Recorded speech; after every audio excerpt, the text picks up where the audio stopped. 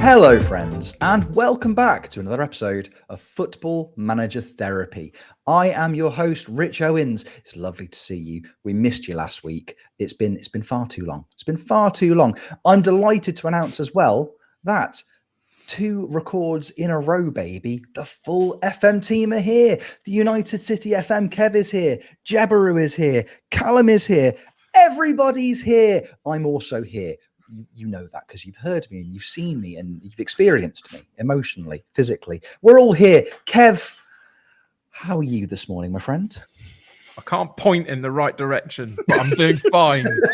I was trying to join in, but I couldn't do it. It's too complicated. Where are you, Rich? I don't know where you are, but I'm good. I'm here. I'm happy to be here. Let's do a podcast. Woo! Let's absolutely do. There is so much physical comedy going on already for a predominantly audio podcast. Jabberoo is here. How are you this morning, my friend? Oh, hi. Hi. How are you? Hi, mate. Audio. Hi. Remember, it's an audio Yeah. thing. Yeah, Hello. podcast. Yeah, I remember this. Yeah. I'm also confused at how long we've been recording for, so I'm just going to ignore that number that I can see in front of me. Please cut that out at the start. Thanks. 9 minutes already. What's going on? What an intro. Anyway. Yeah, I'm okay. I've got a week off coming up, which is really exciting because I've not in my own house or bed for like 3 weeks. I was spending most of last weekend just going over to the Lujo going, yep, he's still awake. That's good. This is good. Apparently, I owned an entire stage at Insomnia this time. It was aptly named the Jabberoo stage. So there we are. I didn't know anything about it. I haven't had any sponsorship. What's going on? Where's my money? Right. But yeah, I'm okay. I'm excited to chat about Football Manager. I just haven't played a lot of it recently, but I have consumed some content. I've been down to the SI offices this week. I went down on Tuesday. I don't know if you saw my little picture. I didn't go inside. I was working next door. You just walked past. I was just next door. They wouldn't let me in. They never invite me. Damn it. Right. Anyway. Yeah. So that's how that one went. That's it. I'm back now. And hi. Hi, and we're glad to have you. We're very, very glad to have you. All I can see in my head, I'm just imagining like the opening sequence, Ace Ventura, but it's you in a UPS outfit kicking a box down the street, just trying to break into SI. It's like I've got a parcel. Got a parcel from Miles. Can you let me in? Please? Let me in. Just let me in. Please just let me in. It was complete coincidence that the FM24 was announced that day as well. So I was just probably, even if I was invited, it wouldn't have been allowed on that day. Probably. It was like we're a bit busy. We're a bit busy at the minute. We've got a lot on today. We've definitely got a lot on. Did you see James Alcott? Because if you did, I reckon you're involved in the video that they're putting out. I didn't know, unfortunately. No. Fair enough.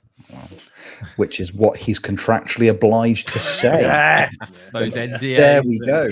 There we go. That is the answer that somebody who is involved in the video, but not allowed to tell us he's involved in the video, would give us. Welcome to this week's episode of Football Manager Release Update Conspiracies, where we're just going to wildly speculate over Jeb's involvement with the new game for the next hour. It's going to be great. Callum's also here. Hello, mate. Callum. Hi, Calum. It's taken 11 minutes to get to me. Unbelievable. I know. Hello. I'm also definitely not involved with the video. Definitely not. Yeah, I'm really good. Thank you. I'm really good.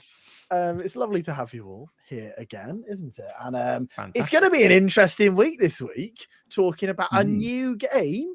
A new game. Is there a new game? There's a new game. They're the rumors I've heard. Wow. It starts with FM and it ends in a number, and I can't tell you what number that is, but I'm sure we'll work it out as this pod goes on. Nice. Exactly. Together, I think the brain trust, we can work it out. Now, Jeb, as somebody who definitely wasn't involved in the video, have you got any kind of vague ideas as to what that number might be? Sorry, I'm just checking my calendar. Yeah, good idea. We're in 2023. Next year's 2024. FM October, isn't it, or something? Oh, that I like that as a name. FM October. That works. Yeah, it's got Sean Connery in it.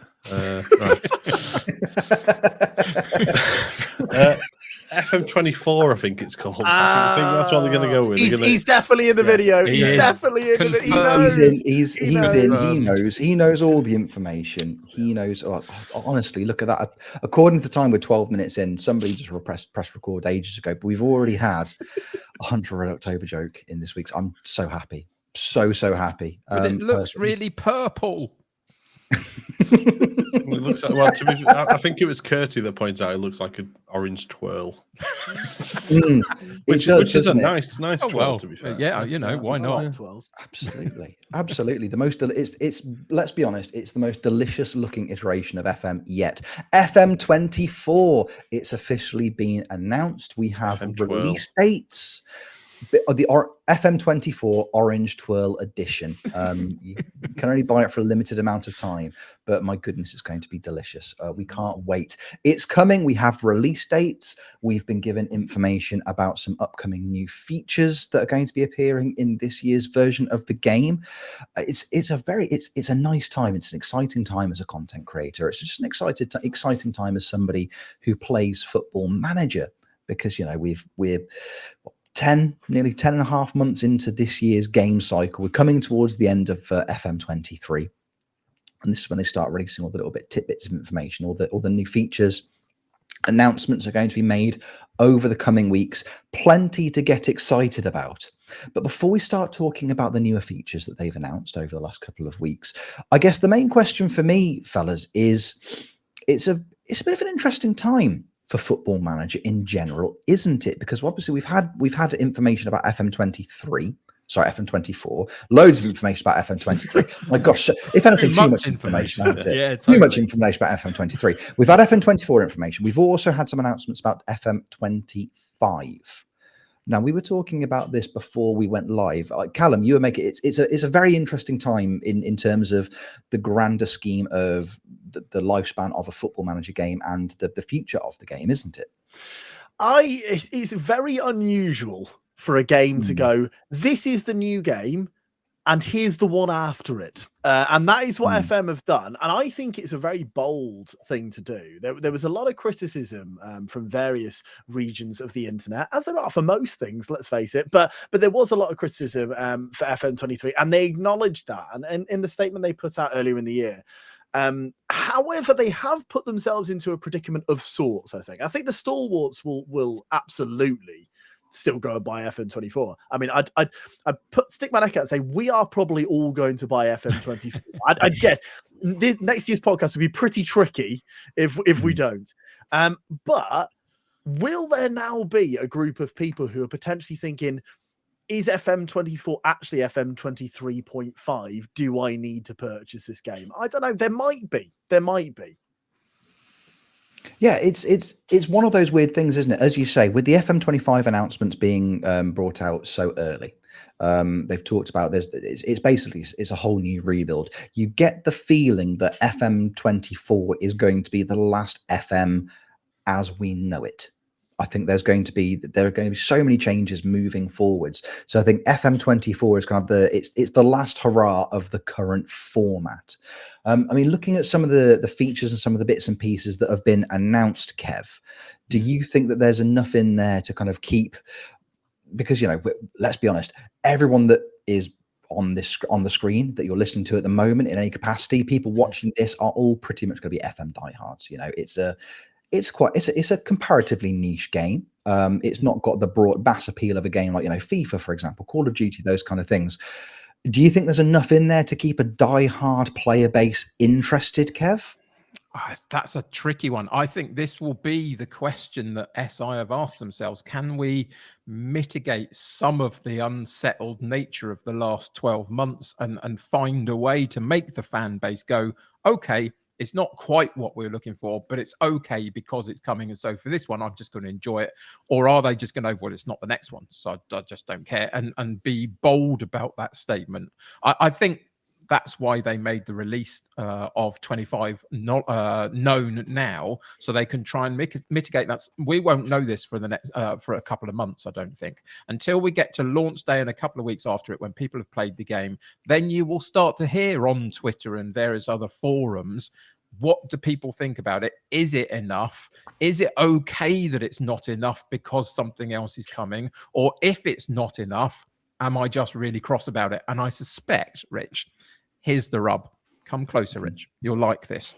The internet's really weird, and it gives lots of people a way to communicate in really poor ways a lot of the time. And what will happen is that you'll get all of them. Some will be just unnecessarily cross for the sake of it, because they like to be, and it gives them a platform to feel good about themselves or whatever. And others, like myself, my intention and my hope is that I can celebrate for the next years what we've had over the last X amount of time. Because whatever we think of 23, the simple reality is before 23, I was really happy with the game and thoroughly enjoying it and think it was an excellent version, and we were going to new places with it, and it was going to get bigger and bolder and better and all that stuff.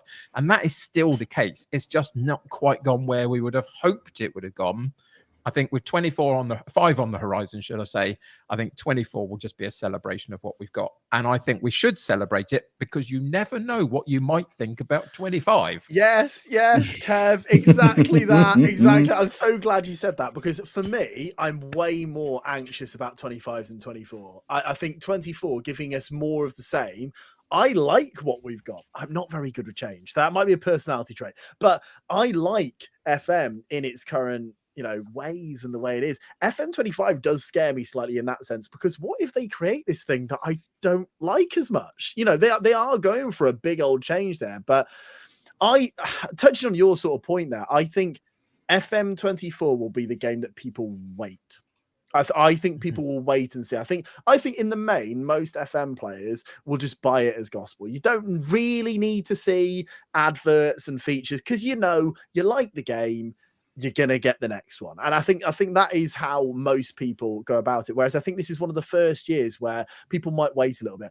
My gut says people will wait, then buy it. That's how I feel it'll happen. They'll watch a few people playing it. They'll talk to people about playing it and go, yeah, you know what, I am going to get it. Because let's face it, bang for your buck, 30 to 40 pounds. You're not going to get many games where you get more time out of. And, I've got people who watch me. So Dadson, who watches me, who's been around the space for a lot of time, he has never played an offline save. He's never played an offline save. And he's put 300 hours into the game this year, just on draft mode, just playing in various drafts and stuff like that. So I think that people will, but I just think people might be a little bit more anxious, and understandably so. As consumers, you shouldn't just spend your money blindly like we're all going to. But it's just an interesting transition for my favorite game. It's one of those, isn't it? I think because it's kind of the last of the current version of FM. I think it's, and we've all kind of touched upon it there to an extent. I think you get the impression that I think FM24 is potentially going to come under more scrutiny than previous versions of FM, which, as you say, Callum, could potentially have a slight impact on the player base, like how quickly people dive in.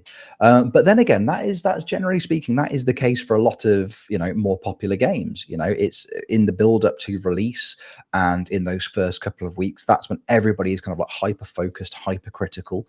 And I think the game is going to be kind of held under a microscope. I mean, Jeb, you work in and around a lot of people that play a lot of, very, very popular games. Do you think the kind of the content creators, like the bigger, not us, my goodness, not us, but do you think some of the bigger names on the platform, do you think they hold that kind of sway, hold that kind of power when it comes to influencing people's decision to go out and pick up the game early doors? I think actually FM24 is almost like a free hit for SI, because the built FM25 massively now. It's going to change everything. Obviously, there's going to be a few changes in the next iteration of the game.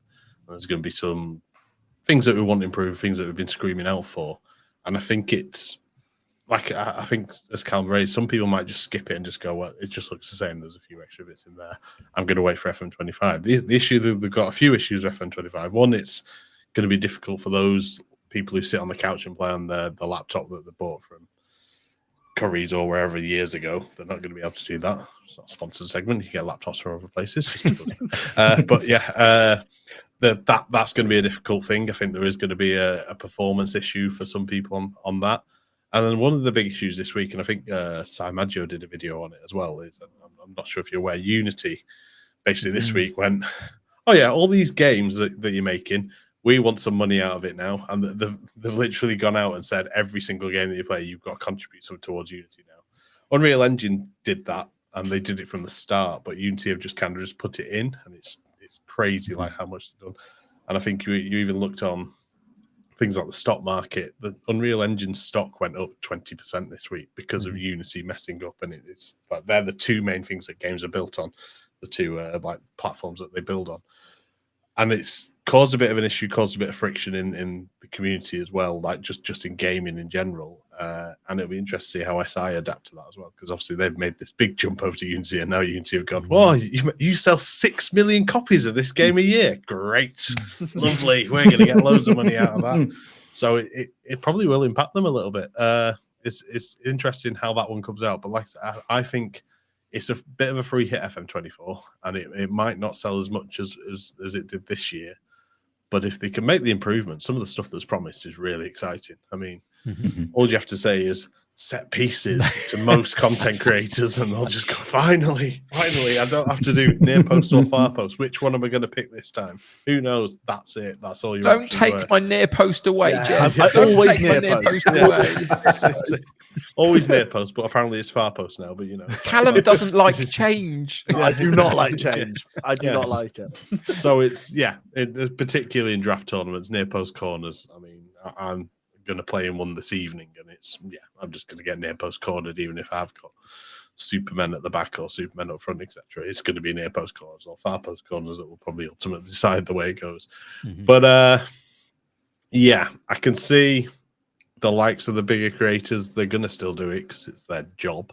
And I think that's the way it is. You see that with FIFA.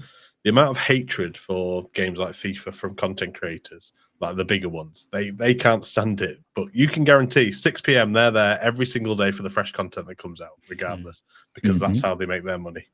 And usually the bigger videos and the videos that they actually do well on is when they go ranty about it, because they can just vent the same frustrations that everyone else has about it as well. So hopefully we don't get too much of that about FM24. But like I said, I think the game will still be bought by the bigger creators, because it's their job, essentially. It's their income. This is it, isn't it? Because you have to look at it from another point of view. It's that at its core, the reason that I play Football Manager is because I like pretending I'm a real life football manager. That's why I play it. I love football. I love spreadsheets. I love data. I love numbers. Oh my God, all of those things make me so happy. So regardless, and as somebody who creates content and hosts a podcast based around the game, Prob's going to play it.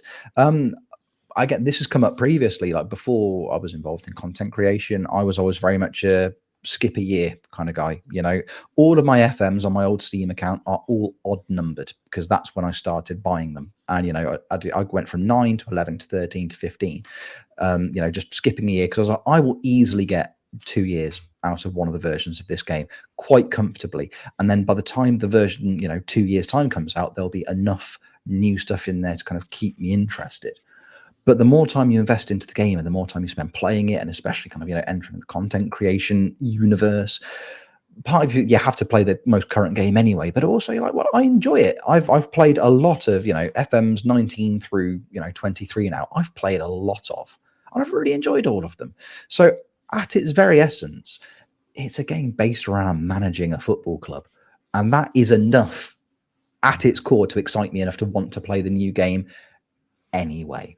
As I said, I just think we're going to find ourselves under that microscope. Like Jeb, the FIFA example is perfect, because it's such a popular game. There's so many people that create content around it.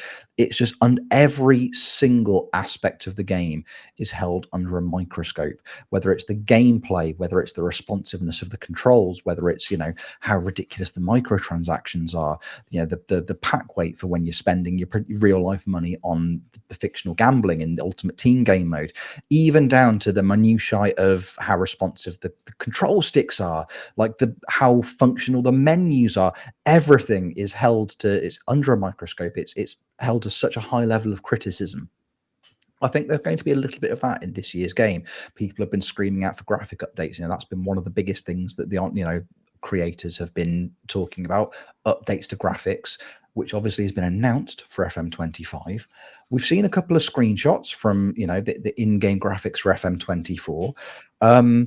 The pitch looks nice. That's something. Say, there's grass looks nice. That's different, definitely. Exactly. Yeah. There's that. The biggest concern for me, some of the screenshots, is that I think as Clate's pointed out, there's a screenshot of Danny Welbeck scoring his 13th goal of the season. So that needs addressing immediately. I'm glad that was brought up. That made me laugh. Does it though, Kev? Does it? He got one yesterday against Man United. For goodness sake, what more do you want from the guy? Come on. Exactly. It's maybe that's the lottery. Maybe that's the lottery this year. Every year they just spin the wheel of a subpar English striker that's going to be really, really good in FM. This year has been the year of Dominic Solanke. FM24 is the year of that guy, Danny Welbeck. It's terrifying, isn't it? Absolutely terrifying. And I can't wait to get absolutely smashed by him in every draft competition and every save I have featuring English clubs. I do think the screenshots we saw of it did look better. I think the match did look better. But then equally, from Football Manager's point of view, I don't know. I'm almost contradicting myself in my head here already before I've said the point I was trying to make. But this is, as Jeb said, a bit of a free hit year. So it's sort of like, well, how much would they want to invest into improving the graphics engine when they're completely changing it in FM25? And obviously those plans are already in place. But at the same time, they are still selling a product. So they do need to show that improvement. I think the addition of moving your save over coming this year is really intriguing. I wonder why it was brought in for this iteration.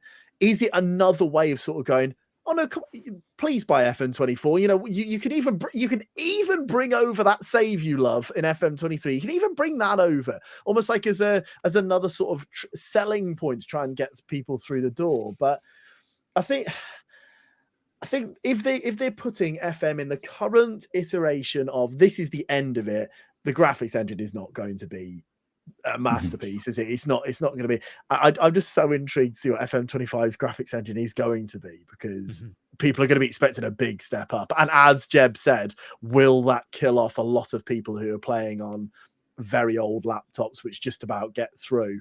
It might. It's not really, Football Manager is not really the kind of game that when you think to yourself, right, I'm going to need any form of high-end equipment to be able to play this. And don't get me wrong, I struggled with that myself last year with my very old PC, which I'm pretty sure was steam powered. I had to put coal in it every time I wanted to use it. There was a hand crank, there was all sorts. It was an absolute mess, that computer. But it's that investment in technology in order to be able to play a game to a certain standard in terms of its physical presentation, but then saying that there are also people who would just go, I don't use the 3D match engine, stick it on 2D. I've always been a 2D man, and that's how I will play until the day I die. So it's fingers crossed that that will help. If there are people that go, oh, there's fantastic, there's a new graphics engine, that means nothing to me because I'm never going to see it. I'd be sorry, Rich. Just before you carry on, I'd be so intrigued in the comments to know who still plays on 2D, because I think there is definitely a few people. So if you are someone who plays in 2D, I'd love to know, because every so often I swap to it to look at the formation and how formations work against each other, sort of see players, because it's all well and good putting player on winger, but what's he doing out there? Is he always out there? And I think 2D shows you better than data analyst, from my opinion. Shows you sort of how it works. But I would never now go back to it because I like the 3D engine. So I wouldn't go back to 2D. But I'm sure you're right. I'm sure there are people. I specifically bought this PC over here. I'm sure Kev did the same, because we both bought PCs this year with FM25 in mind. It was in the back of my mind, because I know that if I bought a PC that could do FM23 and FM24, I'm probably gonna have to buy a new PC again for FM25. So I tried to get a machine that would be able to withstand it. But with that comes money, doesn't it? It comes money, and not everyone has money, especially in this world we're living in at the moment. So it is tricky. I apologize, Rich. I interrupted you. You carry on. I'm sorry. How dare you? Who do you think I'm you sorry. are? I've got so much to say, Rich. This is not a conversation. This is a conversation where he tells you when to speak. Oh, Callum's just busy today. I'm sorry, Jeb. Jeb. Busy today. This is it. Before I was so rudely interrupted. How dare you? We're going to look. We've already touched upon some of these new features. They've announced a roadmap. We've got ideas of what's coming, kind of when it's coming. Over the next few weeks, we're going to be getting more and more announcements from SI on a bit more information on some of these new features. I mean, Jeb, you've already touched upon it briefly there. One of the most exciting ones, and I think one of the ones that I've seen the most excitement or hype around early doors, is this set piece refresh. I mean, if in an ideal world, Jeb, what does that look like to you? Like what makes the current set piece tactic creator better, in your opinion? Something as simple as your best header person is on the end every single time. There's nothing more frustrating than making a substitution of your 6'2" striker and you bring on your 5'7" nippy striker and he's now running at the near post corners. Granted, it's great when he scores. Actually, I think that happened against you, Rich, this week when I beat you 5-2. Just had to sneak that one in. Wow. He's gone. Wow. Rich is gone. Okay. Yeah. I just needed to take some time away from the podcast there just to just collect my thoughts and just reflect on what's happened there. Yeah, it was. I think it was James, 6 foot James Justin getting beat by somebody who's 5'7" or 8" at a corner. But there we are. Yeah, but I think it is that frustration that those even just something as simple as that is like, who are your 3 best headers of the ball and where do you want them and how do you want them to approach it? Mm-hmm. Even just some of the corners that was in the season where people are just playing it to the outside of the box and they're just rifling on the edge of the box. Seeing those, I think there's 4 instructions that you can give to the corner taker as well. It's all those little things. I think free kicks. I don't think anybody really goes into the minutiae of the indirect free kick and how you set them up. So if you can change them round as well, there's lots of little things it can add, and it can just be we could just go, right, here it is. This is just a start. We're going to bring something, make it even better next time around.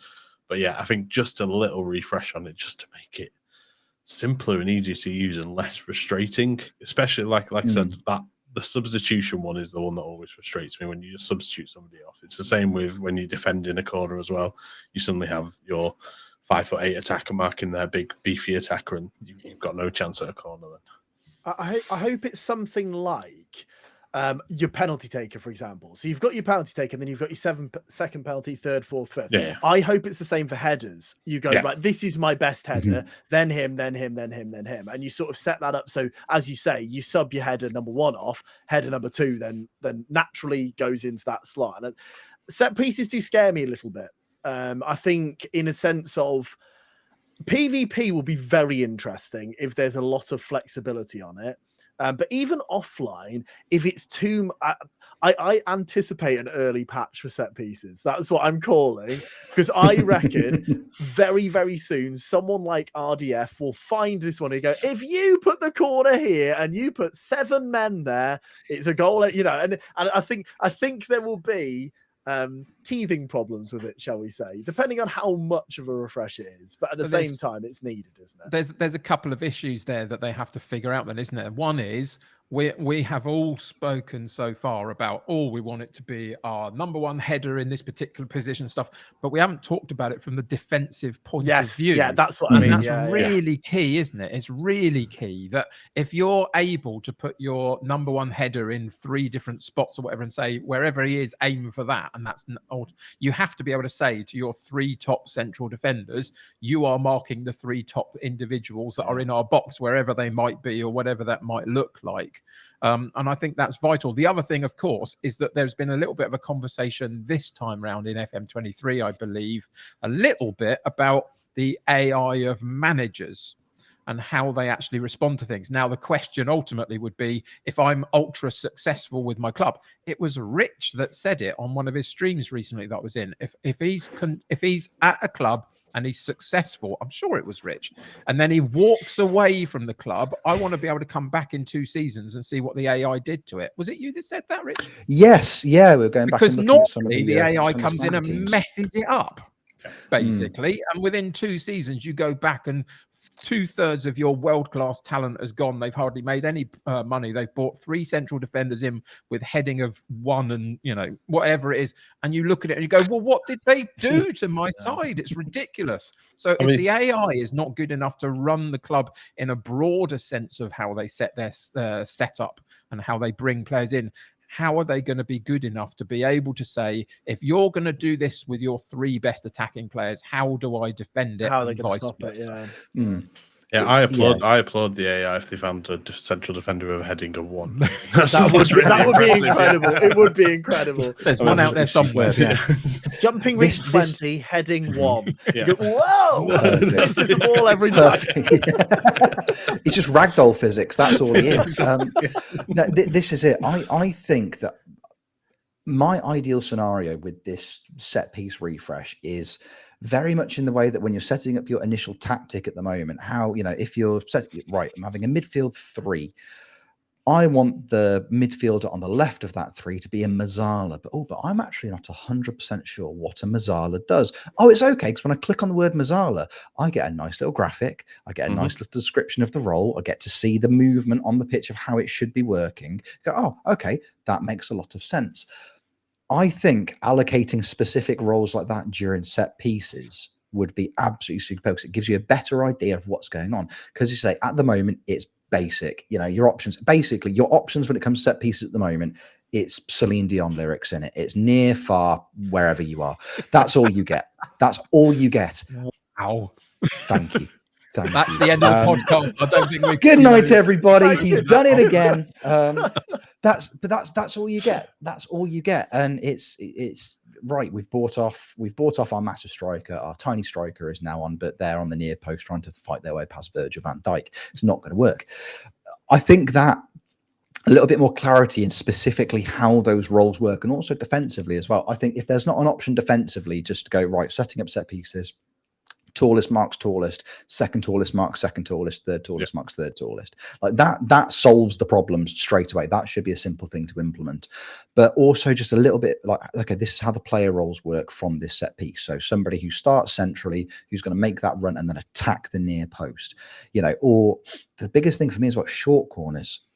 Because my goodness, I think we've all tried a short corner tactic at some point, and they are so woefully inconsistent. Like, it's just the instructions, like, right, so set piece taker, there's going to be a man coming short. We've got that far. Like, you can do that on recent FMs. Like, right, we can bring a man short and they'll take the corner short. And then the guy who receives the ball just goes, I don't know.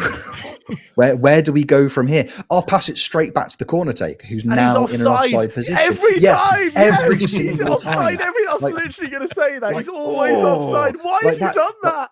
Why have you done this? I don't know, because nobody's told me what to do. I'm just a man. I'm just a footballer. I do PE for a living. I'm not paid to think. Like, you know, you're like, right, bring him in, and then have somebody on the edge of that box make the run to the edge of the area, and they can pass inside to them, because we all know, again, if you see a fullback unmarked on the corner of the penalty area, they're going to shoot, and it's probably going to go in. Happened to me a lot last night on stream. Like, give the options of working those set pieces. Like, right, so this is the first ball comes into you, then the second ball comes into you, and then you shoot. Or then that's it.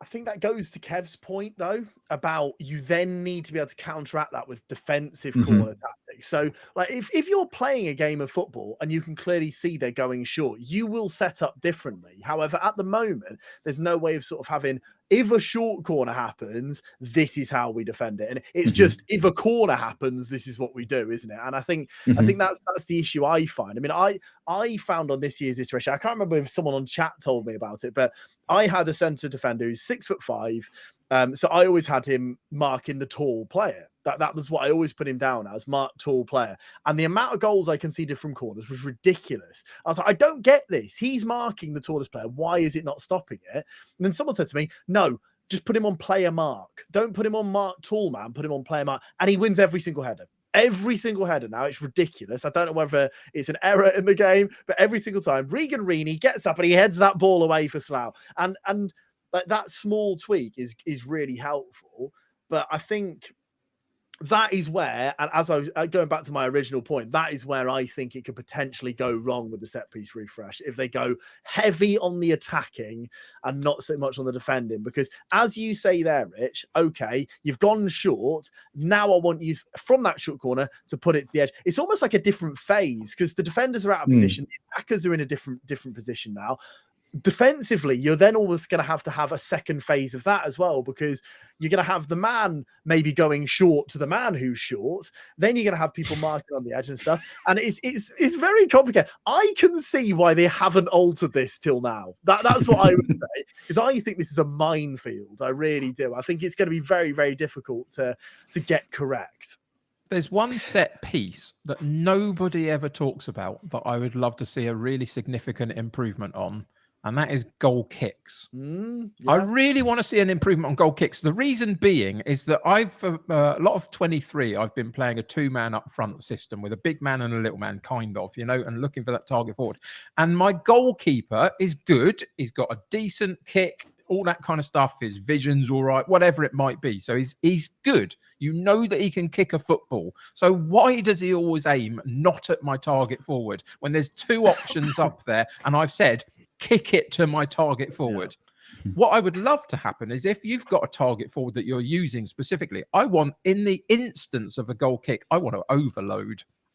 Just for that section of the game, I want to bring somebody extra over into that area to support the play, win a second header, whatever it might be, that kind of thing, and then revert back to type when that kind of situation is done. And what I then want to be able to happen, of course, is if you're the other manager and you see that happening, you shouldn't be able to know that that's coming by looking into their setup and how they're going to be playing. You're going to have to figure it out by watching the game and looking at how that works and then trying to figure out. But yeah, goal kicks, they are a set piece. I want them better as well. Heckingbottom, the Sheffield United manager, talked about it yesterday after their game against Spurs, because he said that their keeper was getting called out by the referee for time wasting. And he said, well, we'd set up to go for short goal kicks, but then Spurs then stopped that. So then my goalkeeper had to make the decision as to what he was going to do. And it was an alteration of tactic. And the referee's response to that was just go long. And he said, hold on a second, I'm the manager here.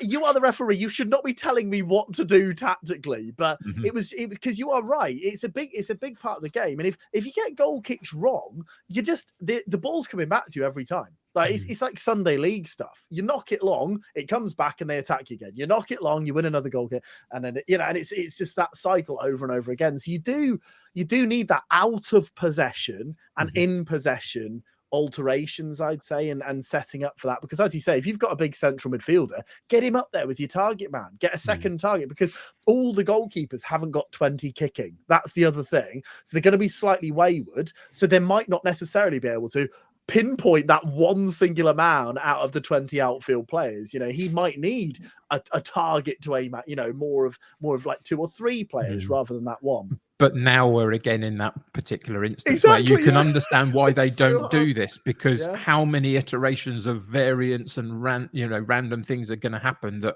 you can't know necessarily. And it's almost take a while to find out. Liverpool do it, and I think England have done it as well. You almost have like a blocker. Like you just have a big guy who just gets in the way, and then Van Dijk nips around the back, or Maguire nips around the back, and they get there for the header. Yeah, I don't know if they'll bring in roles like that. I think corner roles, as Rich said earlier, I think that might be the way forward. So like, you're going to get on the end of the corner. I mean, that's basically what we want. You're the person that we aim for, and that's how the corner should be set up. Same with the defensive side of things. I think if you can get it that way, but it's like free kicks, like you said, goal kicks, throw-ins.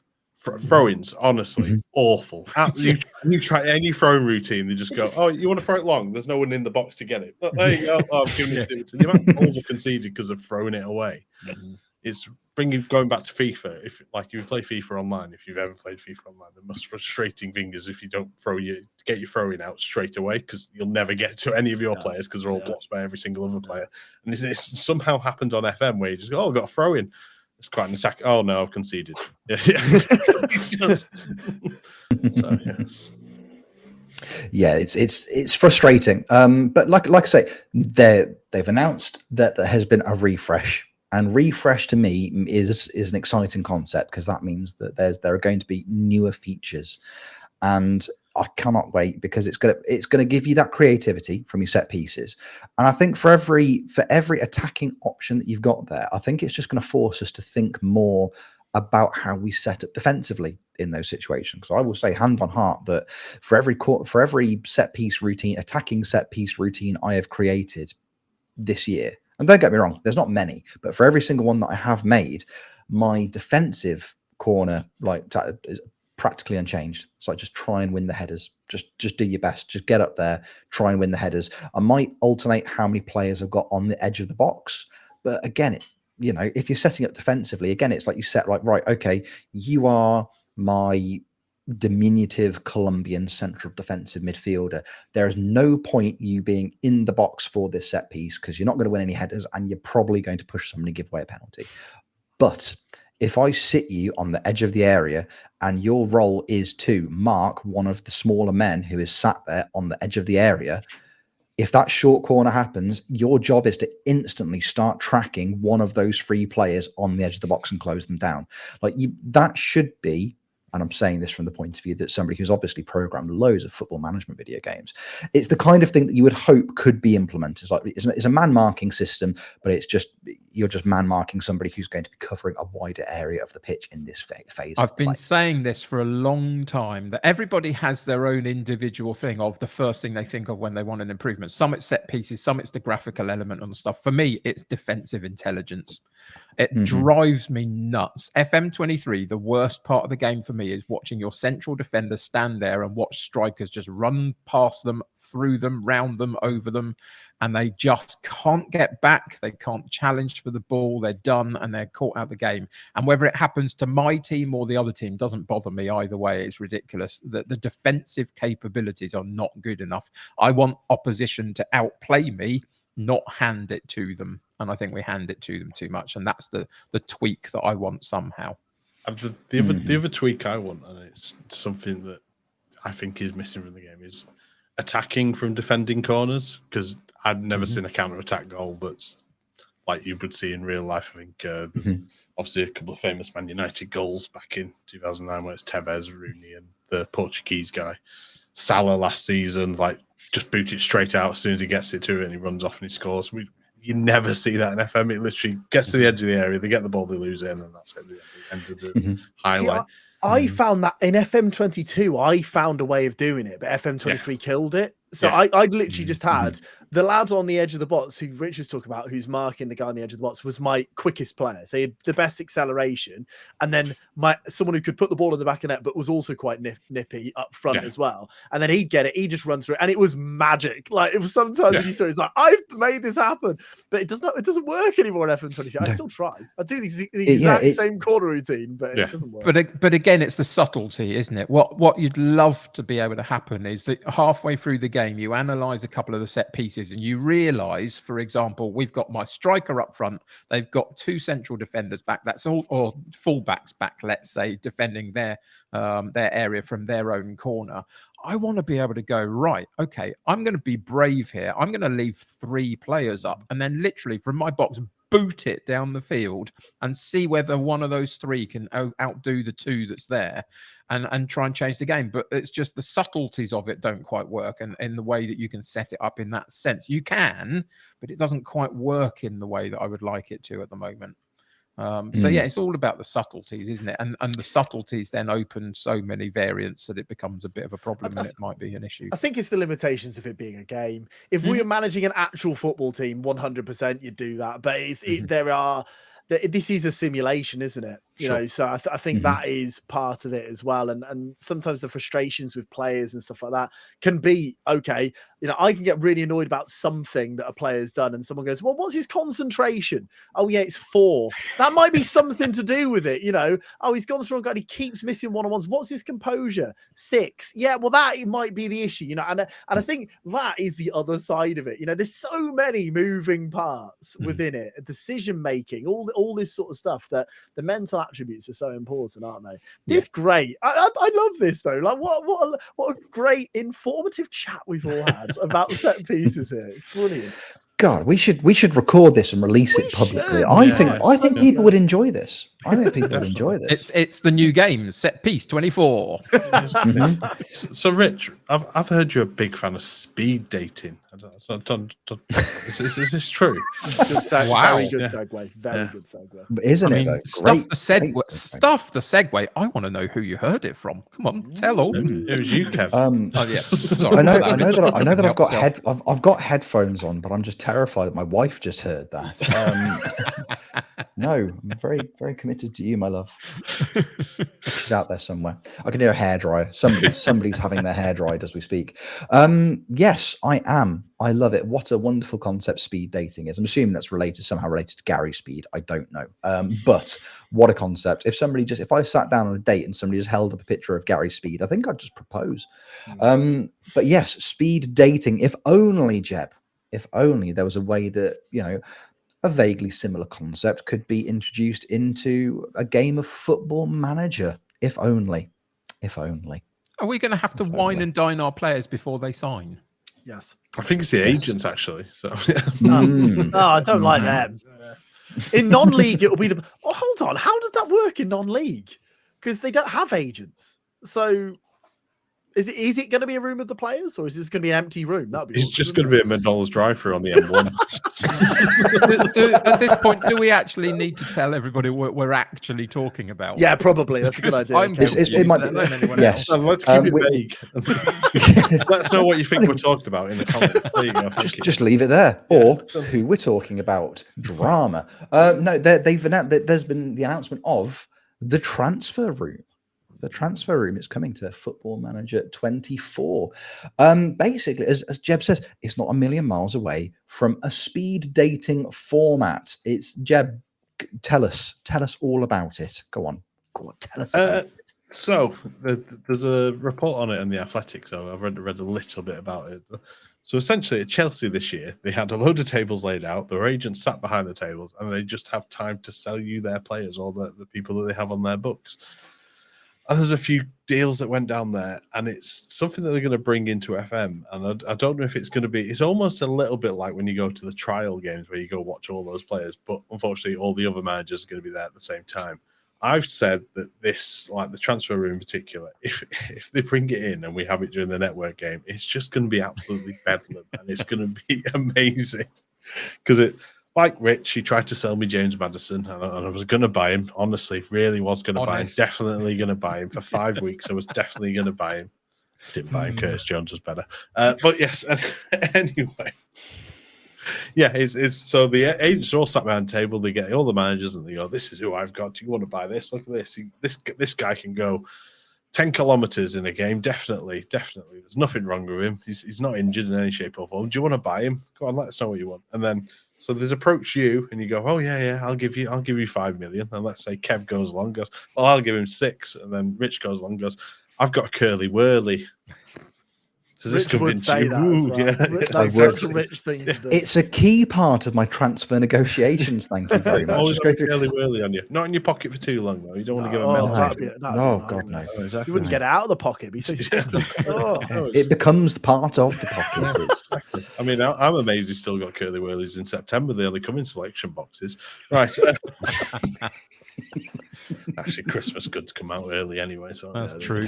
Around Easter days, So, the maximum life on a curly whirl is about 7 months. So why are we talking about curly whirlies? You started. That much. I have a sponsor us Christmas selection boxes. It's a very, very niche sponsorship, but we are. God, I love a curly whirly. God, I love a curly whirly. Anyway, so I've offered somebody a curly whirly. Yeah. You offered someone a curly whirly, and then the players will sign after that. So it's almost like you go into a car showroom with a load of other people. You're all bidding on the same car, essentially. And then the transfer room is basically they've finally admitted we've got rid of fax machines, so stuff's done digitally. So that's really good to hear as well. But because we all use fax machines. 30 years too late. Yeah.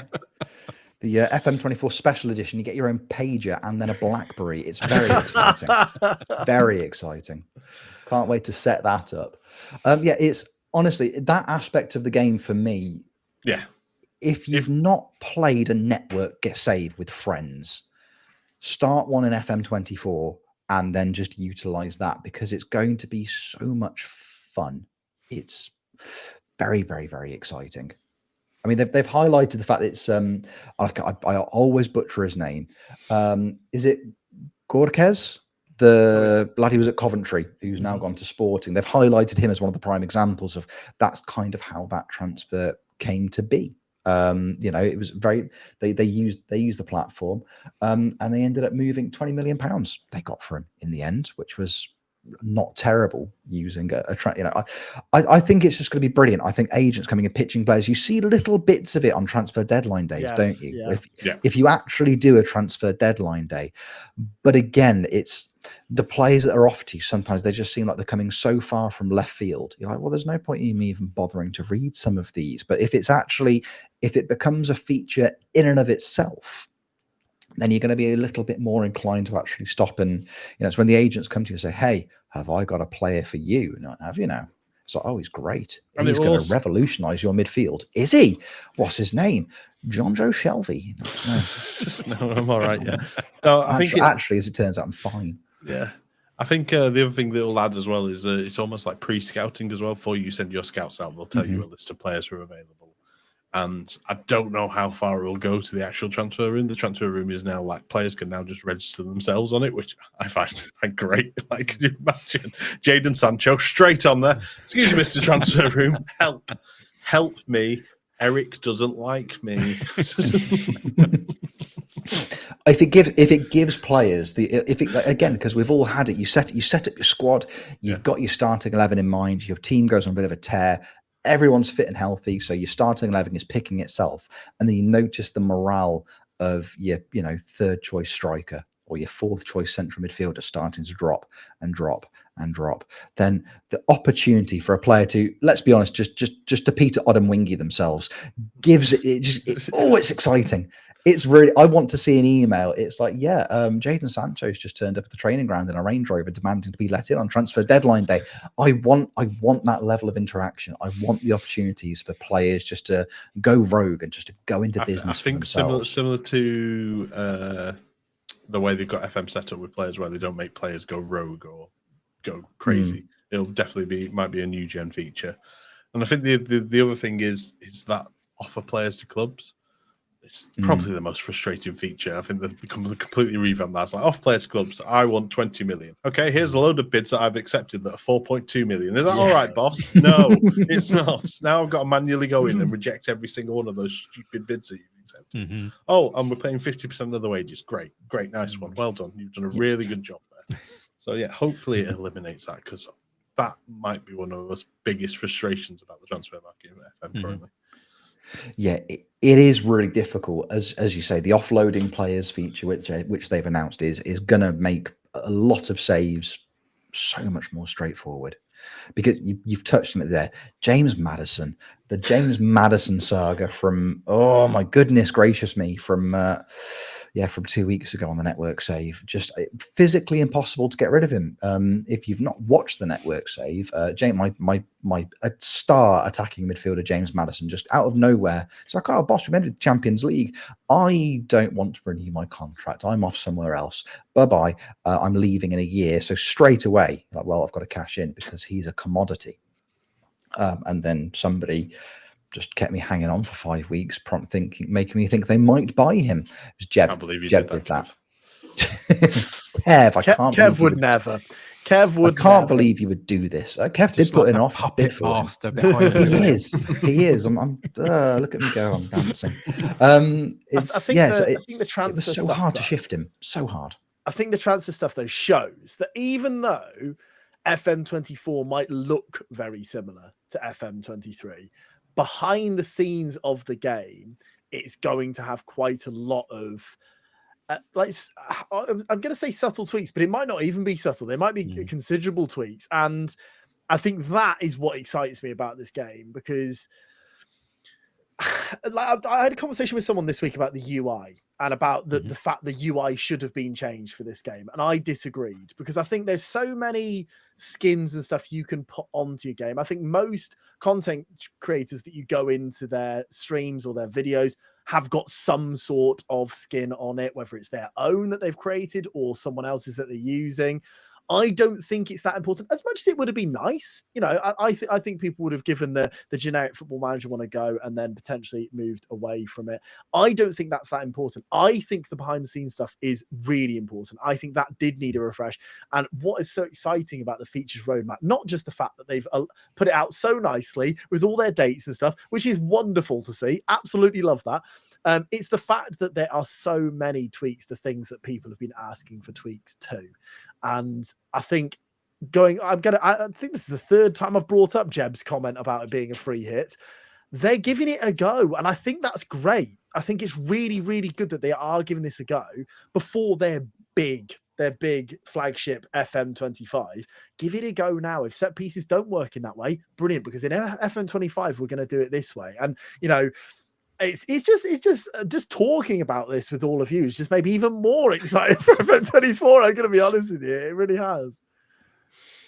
It's going to be great. It's like I say, we touched upon this earlier. It's an exciting time of year because, for my money, Football Manager is probably my favorite video game franchise. I love them. I spend more time every year playing Football Manager than I do any other game, and I get excited. I like the hype. I like the announcements of the new features. It's because it's just like you said. We're going to finish recording this podcast, and I'm going to sit here and think, I wish I could play FM24 right now.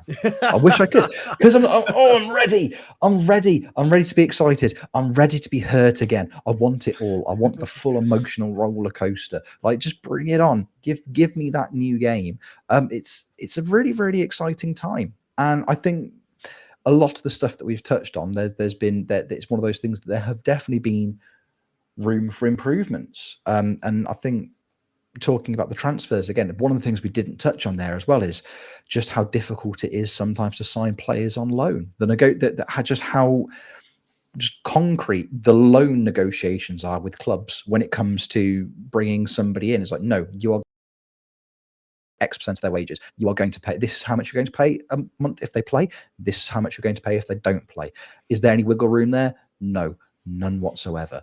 And that, again, it needs more flexibility. It needs to be a bit more fluid. And you would hope, if they're working on things like the offloading players section of that, the loan system would be something that is taken into consideration in that effect. It's difficult. I mean, I can give the prime example I can give. I streamed last night, and I have bought in a player for my Michelin team. I've bought him on loan from Brentford because I've got an affiliation with them. And the rules are, I can sign players from their youth team, or I can sign any of their players on loan for no wages and no fee because they love me. Cheers, Brentford. Appreciate you. I've had an attacking midfielder on loan all season. He's got games. He's had a great time. And I was like, planning for next season, if I don't win the league, I want him back because he's played plenty of games. I go back to Brentford and they're like, no, because we might want him back.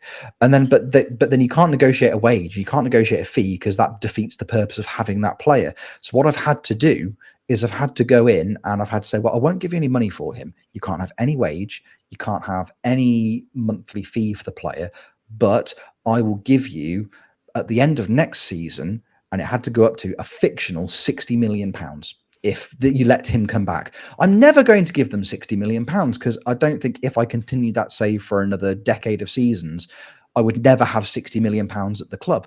But it's the only way I could convince the management AI to accept that transfer offer.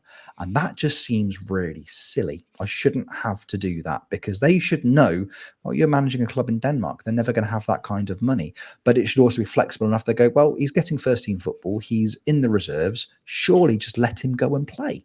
I think it went too far, didn't it? Because in my opinion, loans were silly in the other way before it. So you would get a player and you'd have him on loan for 4 years.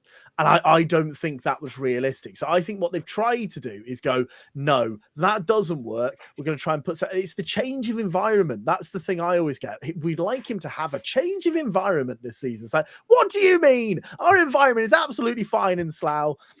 You should love it down there. But that is the reason. So I quite often now will get a player on loan, try and get him the next year. I can't. So he goes on loan to somebody else. And then I get him the year after that, because apparently my environment's fine then. It's fine then, as long as he's missed it for a year.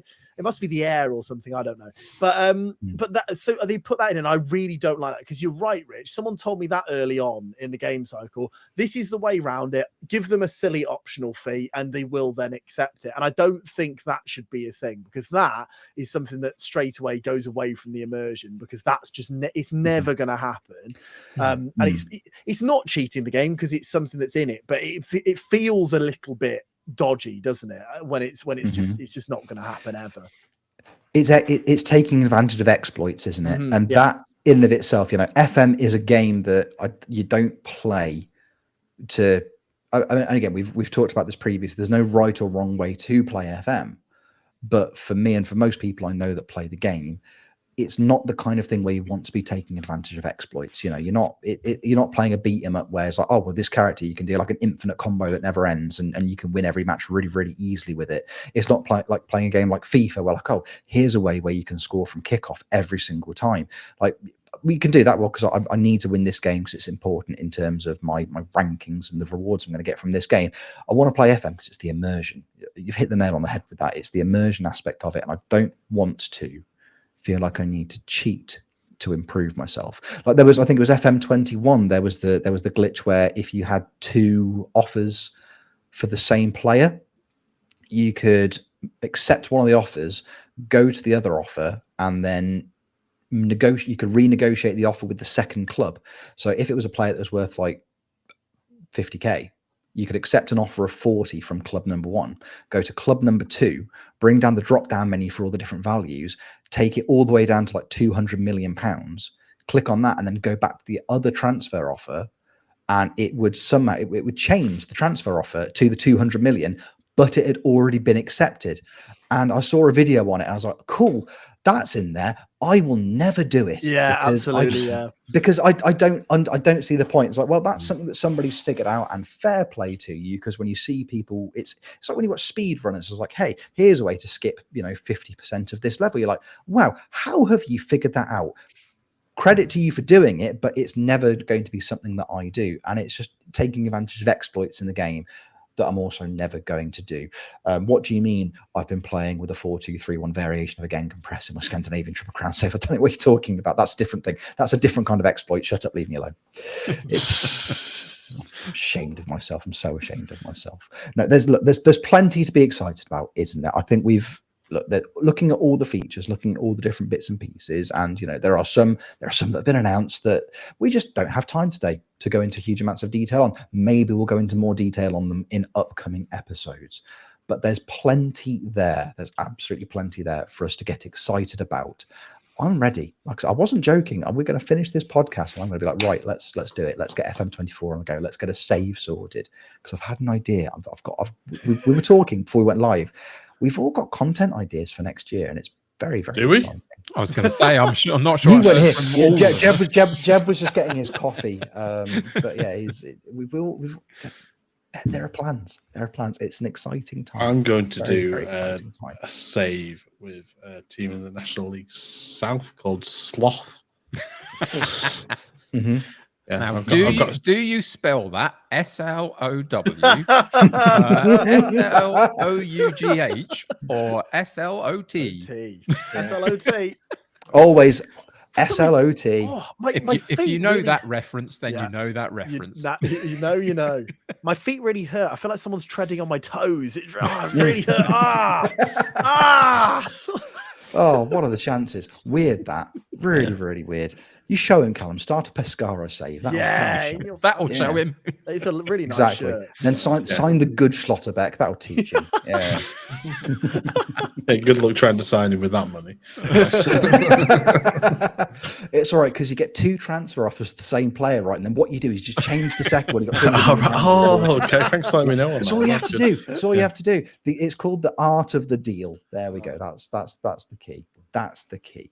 Look, lots to be excited about, plenty to be excited about, and I am ready. And look, over the next few, we can announce this now. Over the next few weeks, we are going to be talking about different aspects of the game, possibly with different people. How very exciting! What, you're replacing? Very us? exciting. Yeah, yes, it was going to happen sooner or later. I guess we've done our year's cycle, so we need to change the yeah, exactly. You've had the year's cycle. Look, I went to all of your parent clubs and I tried to bring you back in for another year. Different environment. I want a different environment. Yeah, they all want different environments. I've promised all of them £60 million this time next year, but they don't think I've got. They've called my bluff quite expertly, if I'm honest with you. 60 million. Well, show me the money now, and I said I can't. Yeah, what I'm going to do, I'm just going to get annoyed just as soon as the FM24 cycle starts, like all the players do as well. So it's just like, I really wanted to go there, but you wouldn't let me go. I was like, I offered you there, and he said no, I really wanted to go there. Yeah. Is it not clear? I'm not happy with the way you've handled this. And then, exactly. Exactly, but then it's fine because I'll get a squad summary up and it'll go where the United City FM is really happy with how you've handled the Jebaru situation. So I'm going to be exploring my options in 18 months. That's all I'm saying. In 18 months, I will be exploring my options. Oh, can we have that? They're my favourite discussions. Cool. There needs to just be a one-word option that just says cool. Cool. Yeah. That's all you need to do. Yeah, you can do nothing about it. Exactly. I'm going to leave in 18 months. I really don't want you to. I don't care. Goodbye. just visual thumbs up emoji.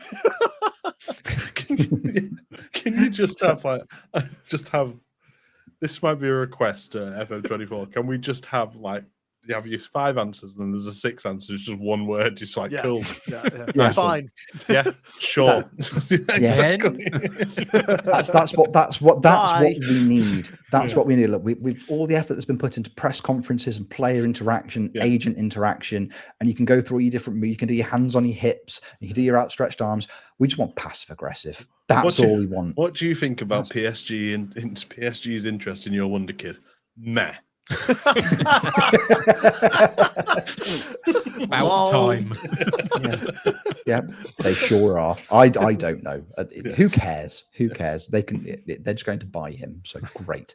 Yeah, that's what we need. Passive aggressive press conferences, please and thank you. Maybe I just make a mod it happen. for it. No, different answers. It'd be a very Jeb mod. The Jeb mod. Yeah. Just the one-word answer would be brilliant. Exactly. Just elaborate bodily gestures, just like more of that. Yes, please. I tell you what, we've talked a lot about FM24, but is there anything we can talk about FM23 about, Kev? I feel like we should probably talk about something FM23 related. That's okay. Come on. Is what I'm hearing. Everybody's really now excited over FM24. Let's make Kev try and make everybody excited about what's happening now, shall we? Thanks very much. Actually, in a really bizarre way, I can at least intrigue you, let alone entertain you. We will see. So last time I was talking about my Homeward Bound series.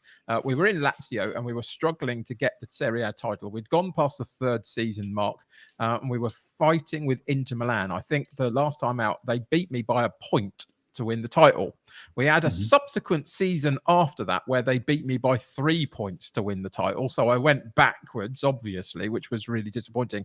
But I continued to spend loads and loads of money because we've got a tycoon at the centre of the club and I was having a lovely time. I spent about 92 million on a right winger and he was magnificent for the rest of my time at Lazio. So it was tricky. And then we had this last season just gone, where having lost to them by 1 point, then by 3 points, what I did on that particular occasion, transfer-wise, was I made a couple of very strategic defensive upgrades, and I made a couple of very strategic squad upgrades. So when we rotate, it wasn't as big a loss in terms of quality because the money was still there to spend on something. So that's what we did. So I went in really happy with the squad. And actually, very, very long story short, because we will move this towards the end of a podcast, it worked. It worked really well. For most of my time in that season with Lazio, we were fantastic. There were a few blips along the way, but we won Serie A.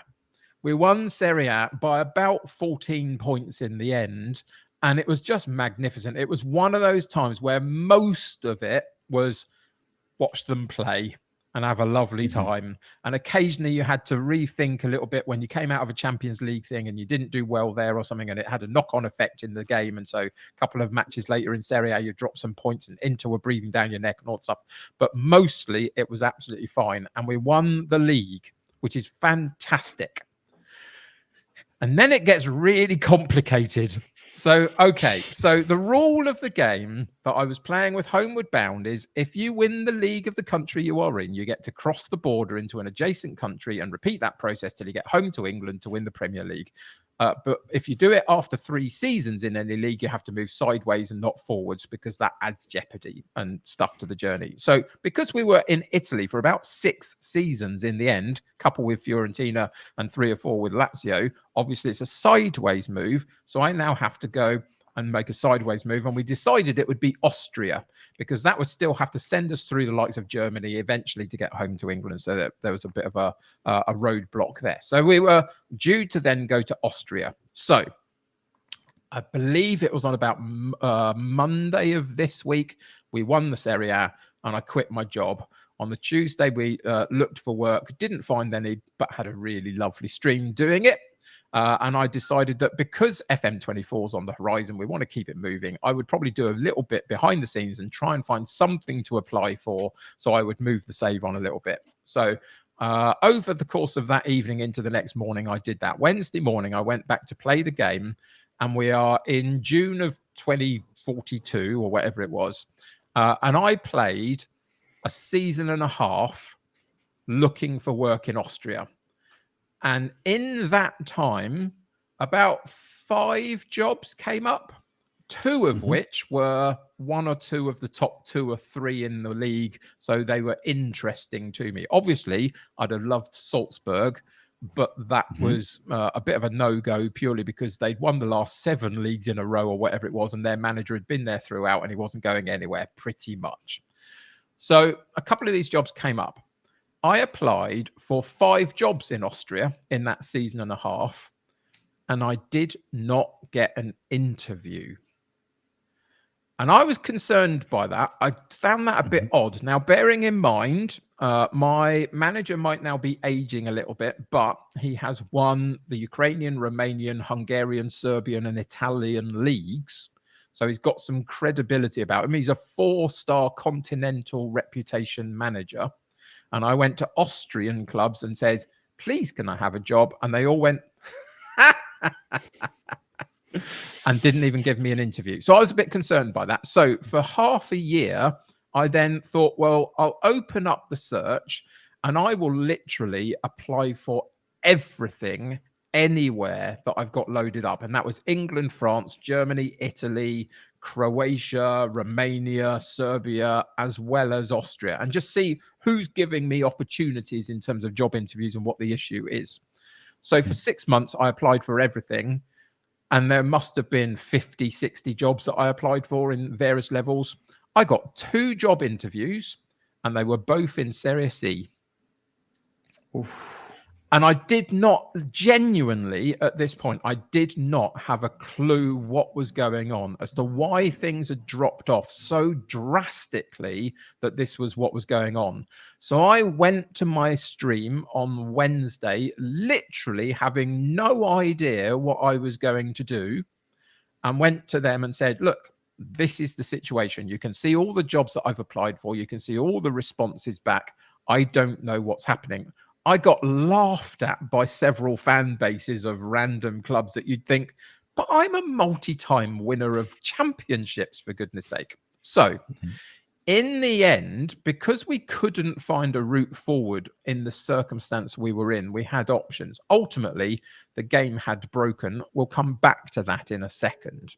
So the options were, I can either put a new manager in and just carry on regardless, putting him at a particular standard and attempting to get jobs. But for me, the problem with that was all of a sudden that wasn't my save anymore. He hadn't got the experience of all the leagues. We hadn't built up the reputation in the way that we had. We hadn't had all the player connections that we'd had to try and bring them, some of them with us or whatever it might be. And it felt like almost that's kind of a new save. And is it the new save that I want it to be ultimately? Because 24 is on the horizon. I don't think I'm going to get through this towards the end of 23 anyway. And if it's now not the actual save that I started, it's kind of a second version of it. Is it what I want to do? So I put that to the chat and we had a conversation about it. And ultimately, we all decided pretty much, there was a bit of a split, but not too much, that was how most people felt. It wouldn't have felt the same. It wouldn't have been, anything that we were particularly connected to. So we might have to call the Homeward Bound series at the point of having won Serie A and leave it behind. That is the choice that we made, but I am coming back to exactly the reasons why it broke in a moment. So because that was the situation, we then talked about, well, what do we do between now and the end of 23? Because we've got to do something. I don't want to not stream. So what we decided in a roundabout way was we are going to finish FM23 where we started it. And where we started it was at Valencia in Spain in the beta. And a season and a half into the beta, they sacked me. And it was a really bad start to FM23 that kind of carried on into the main game as well, into, Zorya Luhansk sacking me and Brighton sacking me and Fiorentina sacking me and all sorts of other things. So I thought, well, let's go and get some redemption. So we've got a few weeks. We're just going to play Valencia and I'm going to see if I can do it better. If I'm there after a season and a half, it's a win. If I actually do win something, then it's an even bigger bonus. And that's what we're going to focus on. And everybody in the chat was going, yeah, that's a good idea. I quite like that. Let's see if we can revisit it and redo it. So for the last few streams, we have started that process and we're getting going. And actually, it's going all right. They're doing okay. We've gone past the January transfer window sort of time in the first season. And we're looking pretty good. It's not amazing. The finances are really, really terrible. And I think it's going to be a bit of a rebuild in the summer because a lot of people might be leaving for end of contracts and other bits and pieces. So we'll figure that. But that's what we're doing. The Homeward Bound series broke. Now, why did it break? So I gave the save over to a wonderful guy in my chat. And a lot of people know him because he's a skin creator called Sasmaz. Sasmaz created the SAS 23 skin. It's an excellent skin. I know he's working for one for 24 as well. So big shout out and love to Sasmaz. He's a great guy, really, really lovely guy. And he's often lurking in the background of my stream. And he said, let me have a look at it. I've got some SI forum contacts and other bits and pieces, and I can put it around the place with it and see what we can come up with.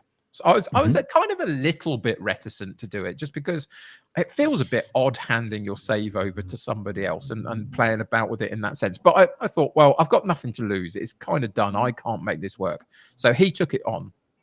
He came back to me a little bit later on that day and he says, right, so I've gone on for 2 seasons and you're exactly right.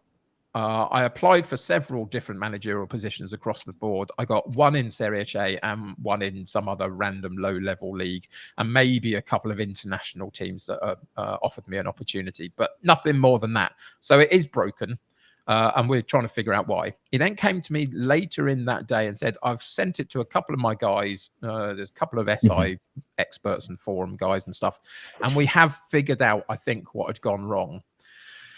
It's an interesting one. It's a really interesting one. So when I was applying for jobs, and they were basically laughing at me. I got 1 or 2 different worded statements as to why I wasn't getting the interviews. And some of the time it was the level of the candidates around you is better, whatever, all that kind of stuff. Okay, fair enough, whatever.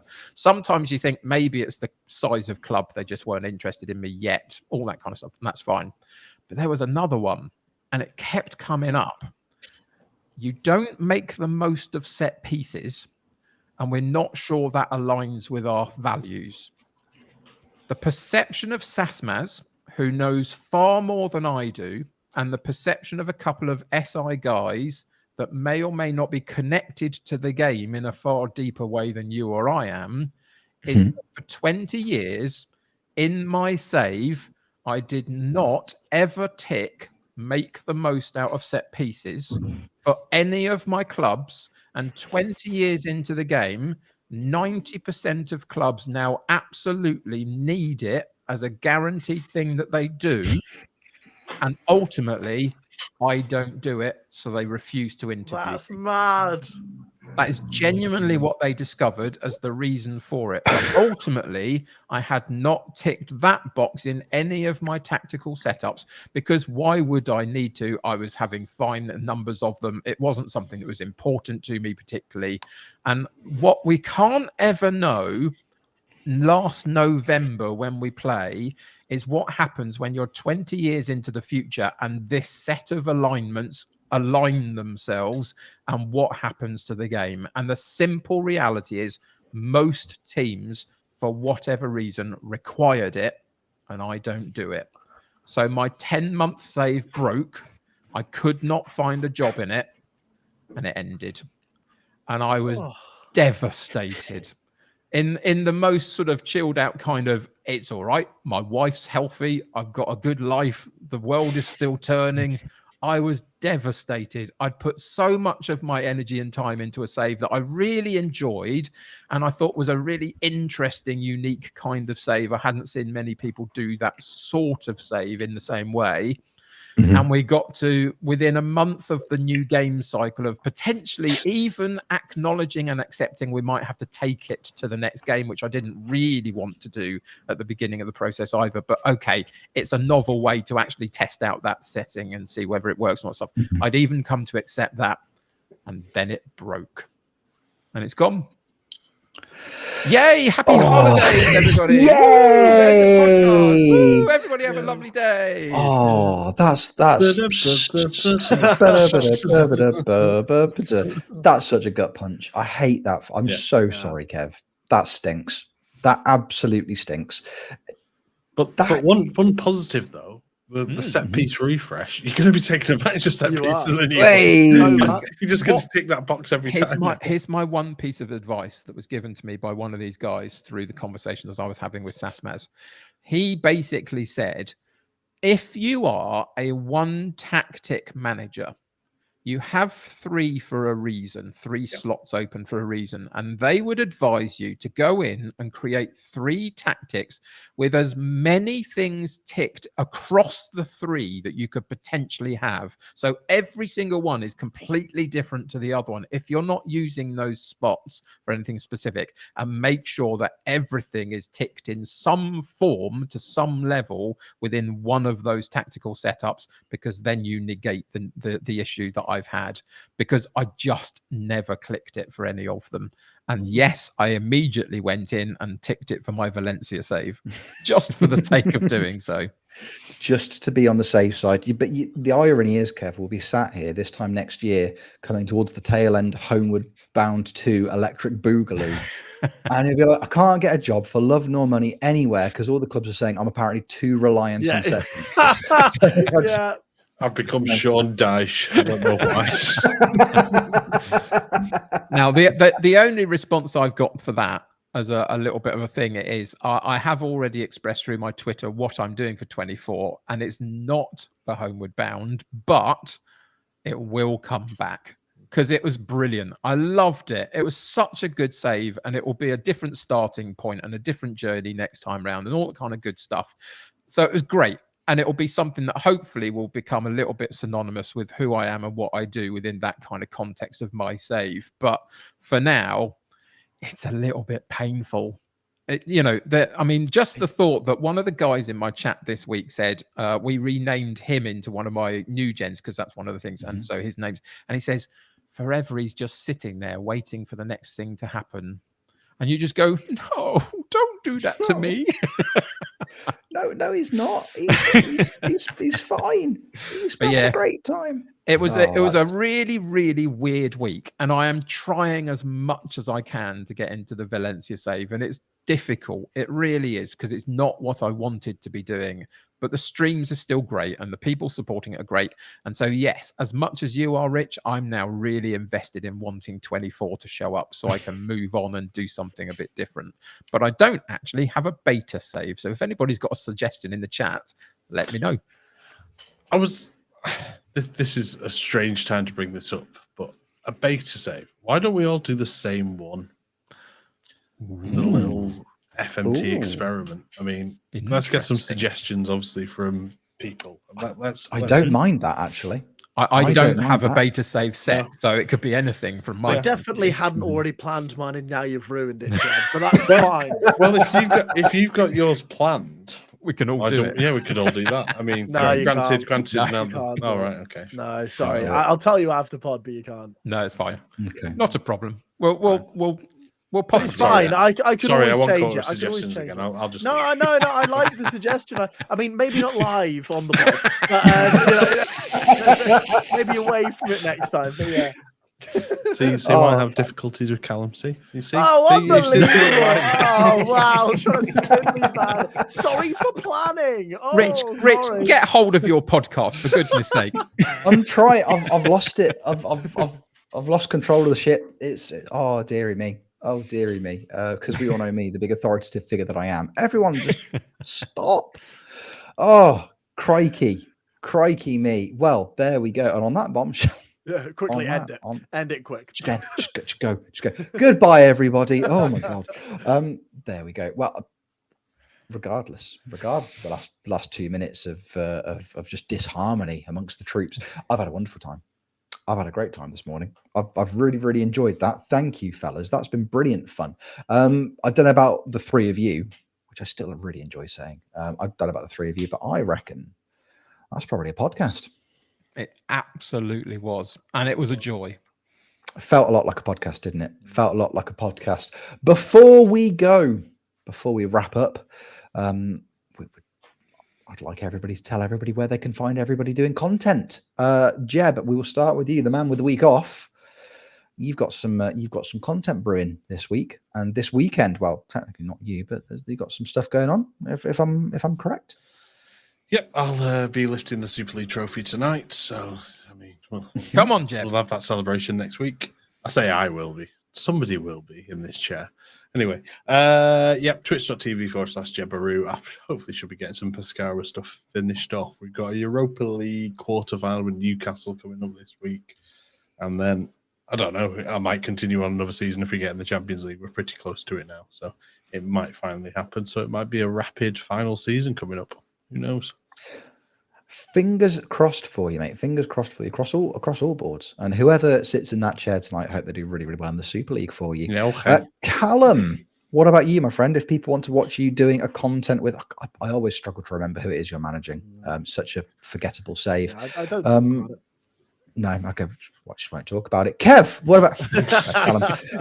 Callum, where can people find you bringing joy to the masses?